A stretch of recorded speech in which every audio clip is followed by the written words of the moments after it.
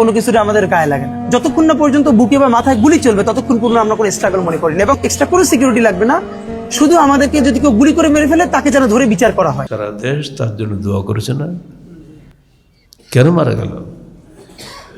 সে ভারতের বিরুদ্ধে একটা দ্ব্যর্থহীন আপোষহীন প্রতিবাদী কণ্ঠস্বর ছিল। তারা কখনোই এদেশের কোনো ভারত বিরোধী প্রতিবাদী কণ্ঠস্বরকে বাঁচিয়ে রাখবে না। আর ওসমান বিন হাদি ছিলেন বিরুদ্ধে প্রতিবাদী কণ্ঠস্বর।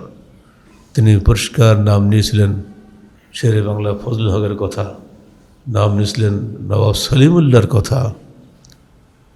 33 বছরের এই যুবকটি তার বলেছিল, আমার প্রেরণা হচ্ছে মেজর জিয়ার কণ্ঠস্বর, আই রিভল্ট। মেজর জিয়া এবং তার দল কখনো এক নয়। মেজর জিয়ার কণ্ঠস্বরের অনুসারী যদি তার দল হইতো, তাদের কণ্ঠস্বর এত মরার দুর্বল হতো না। এরা কোশ্চেন গেল দেশের স্বাধীনতাকে স্বাধীনভাবে যদি তুলে ধরার মতো সাহস থাকতো, তা এরাও ঠিক একইভাবে ইসলামের পক্ষে কথা বলতো।